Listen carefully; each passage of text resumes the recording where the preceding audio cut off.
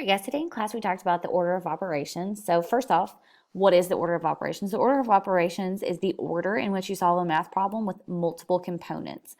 So in math, there's a set list of steps that you would follow when you have multiple components in a problem.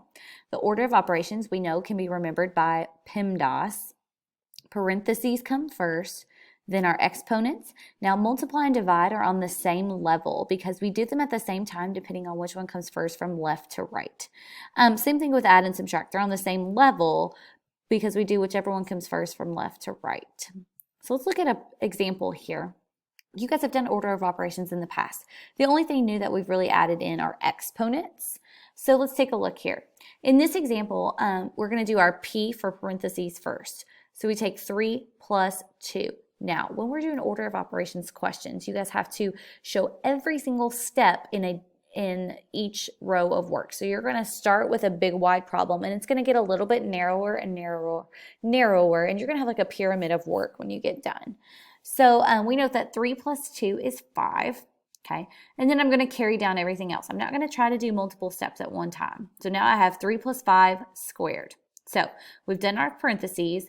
Now we're going to do our exponents. 5 squared is the same thing as 5 times 5. Okay, so now we have 25.